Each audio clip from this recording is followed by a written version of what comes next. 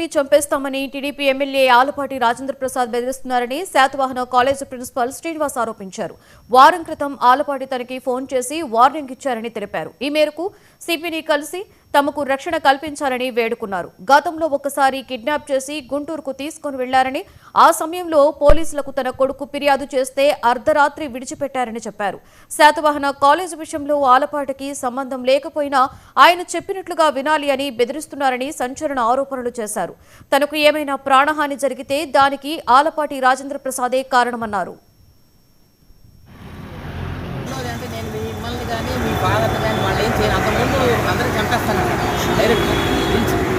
మా కరస్పాండెంట్ రమాసత్యాన్ని గారు తీసుకెళ్ళి ఆయన దగ్గర కూర్చోబెట్టాడు. చెప్పకుండా కూర్చోబెట్టిన తర్వాత నేను కానీ మీ వాళ్ళందరినీ చంపేస్తాను, నేను చంపేయడం 5 నిమిషాలు పని అన్నాడు. అన్న తర్వాత మళ్ళీ ఏం చేశాడంటే మొన్న ఒక 4 రోజుల క్రితం కాంట్రాక్ట్ ఉంది నా దగ్గర ఇప్పిస్తాను.